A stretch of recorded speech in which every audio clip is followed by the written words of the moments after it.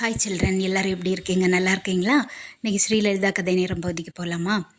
நாம் channel name தான் ஸ்ரீலலிதா கதை நேரம். இதில் devotional stories, moral stories, general knowledge points, அப்புறம் மேத்ஸ் கேம் இதெல்லாம் மாறி மாறி வந்துட்ருக்கோம். நம்ம ராமாயண கதை, அயோத்தியில் ராமர் கோவில் கும்பாபிஷேகத்தை ஒட்டி ராமாயண கதையும் நம்ம பார்த்துட்ருக்குறோம். அது நம்ம கோர்வையாக பார்க்க விரும்பக்கூடியவங்க ப்ளேலிஸ்ட்டில் போய் பார்த்துக்கலாம். இன்றைக்கி ராமாயண தொடர் நம்ம 17வது பாகம் நம்ம பார்க்க இருக்கிறோம்.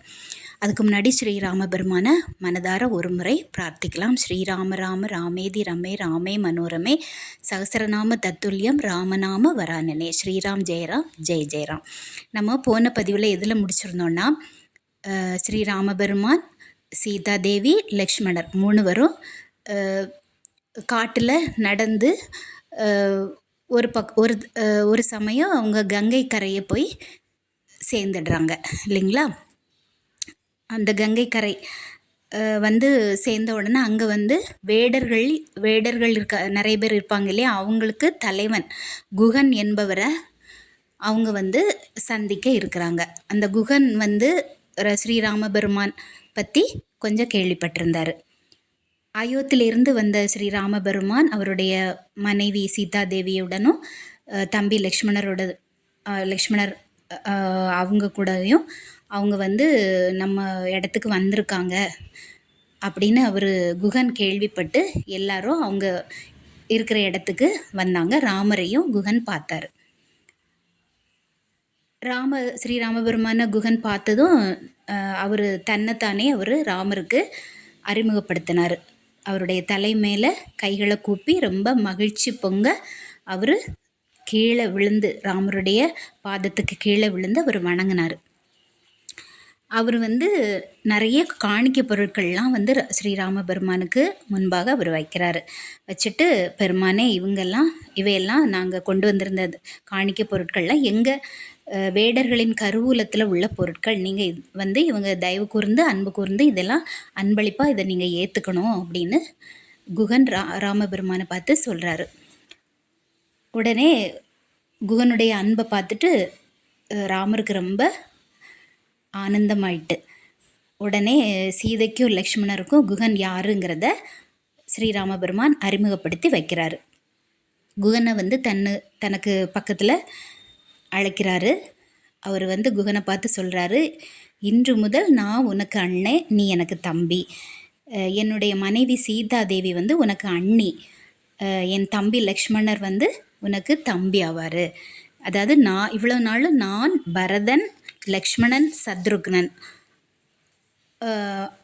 இவங்க நாங்கள் 4 பேர் தான் இவ்வளோ நாள் சகோதரர்களாக நாங்கள் இருந்தோம். இன்றைக்கி உன்னையும் சேர்த்து நாம் 5 சகோதரர்களாக ஆகியிருக்கிறோம் அப்படின்னு ரொம்ப மகிழ்ச்சியோட ஸ்ரீராமபெருமான் குகனை பார்த்து சொல்கிறாரு.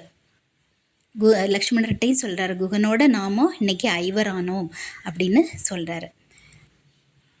ராமருடைய பாராட்டை கேட்டு குகன் ரொம்ப மகிழ்ச்சி அடைஞ்சார். உடனே குகன் சொல்கிறார், உங்களுடைய பயணம் இனிதே தொடரட்டும். ஆனால் ஒரு வேண்டுகோள், இந்த நான் ஒரு சாதாரணமான ஒரு வேடன்.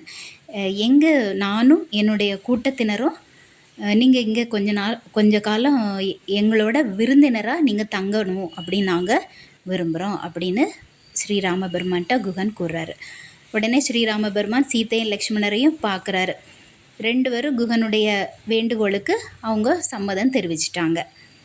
உடனே 3 குகன் இருக்கக்கூடிய இடத்துக்கு போகிறாங்க.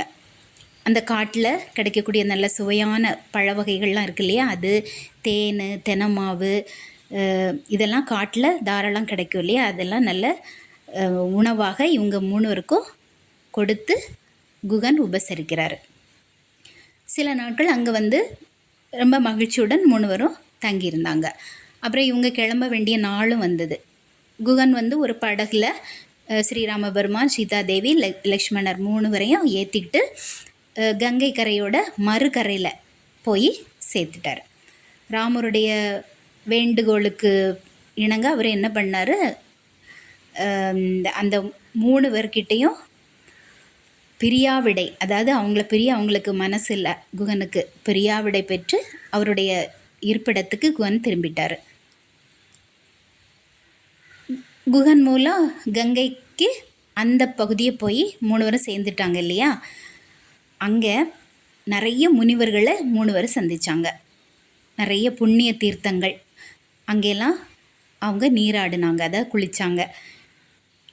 சில முனிவர்கள்லாம் என்ன பண்ணாங்க, அவங்களுடைய ஆசிரமங்களில் 3 பேரையும் தங்குறதுக்கு கேட்டாங்க. அதே மாதிரி சில முனிவர்களுடைய ஆசிரமங்கள்லேயும் அவங்க 3 பேரும் தங்கியிருந்தாங்க. அதுக்கப்புறம் சித்திரக்கூட பர்வதம் அப்படிங்கிற ஒரு இடத்த வந்து சேர்ந்தாங்க. அங்கே அந்த இடத்துல ஒரு ஆசிரமம், அழகான ஆசிரமம் அமைச்சு ராமர், சீதை, லக்ஷ்மணர் 3 பேரும் தங்கியிருந்தாங்க.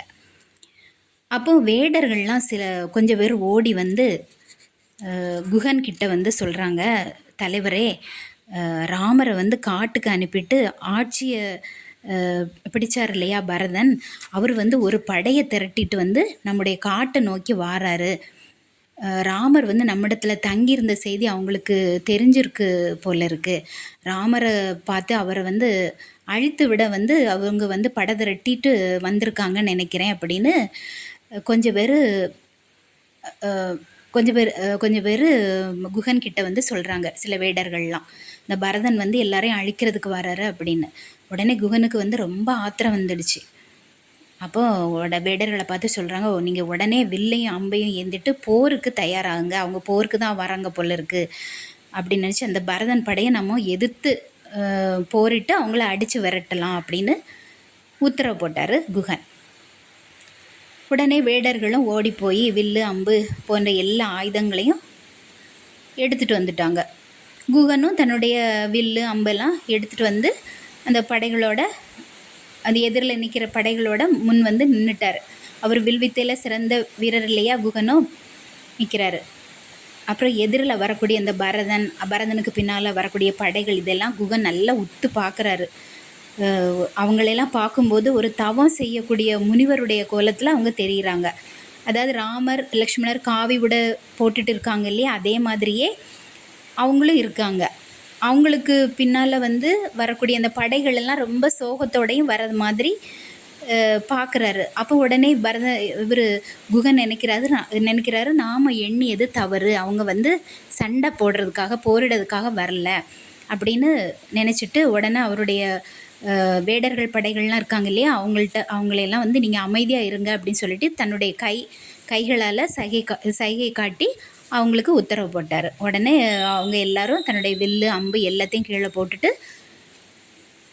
இருந்து அமைதியாகிட்டாங்க. உடனே பரதன் வந்து அவருடைய வில்லையும் அம்பையும் கீழே போட்டுட்டு பரதனை நோக்கி குகன் வந்தார். பரதனும் குகனும் ஒருத்தர் அவங்க சந்திச்சுக்கிட்டாங்க. அவங்க ஒருத்தருக்கு ஒருத்தர் வணங்கவும் செய்தாங்க. பரதன் வந்து பின்னால் வரக்கூடிய எல்லாரையும் குகனுக்கு அறிமுகப்படுத்தி வச்சார். அப்போது ராமபெருமான், சீதா, லக்ஷ்மணர் அவங்கெல்லாம் எங்கே இருக்காங்க, அவங்களுடைய நிலைமை என்ன அப்படிங்கிறத குகன்கிட்ட பரதன் கேட்டு எல்லா விவரங்களையும் அவர் தெரிஞ்சுக்கிட்டார்.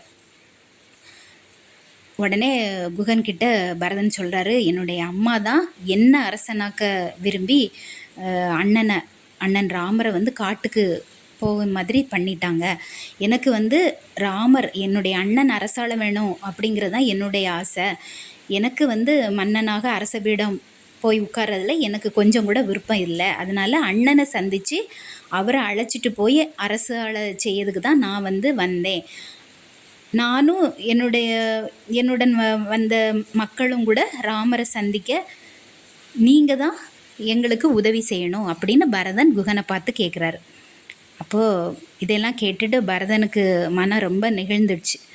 உடனே பரதனுடைய அந்த பேர் உள்ளத்தை வந்து புரிஞ்சுக்கிட்டாரு குகன்.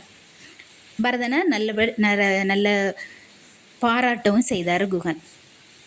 உடனே பரதன் வந்து கேட்டார் இல்லையா, எல்லாரையும் பார்க்குறதுக்கு நீங்கள் தான் உதவணும் அப்படின்னு சொல்லிட்டு அவங்க கங்கை கரைக்கு அந்த பக்கம் போய் சேர்ந்துட்டாங்க இல்லையா 3 பேரும். அந்த கங்கையை கடக்கிறதுக்கு குகன் வந்து இவங்க எல்லாருக்கும் உதவி புரிஞ்சார்.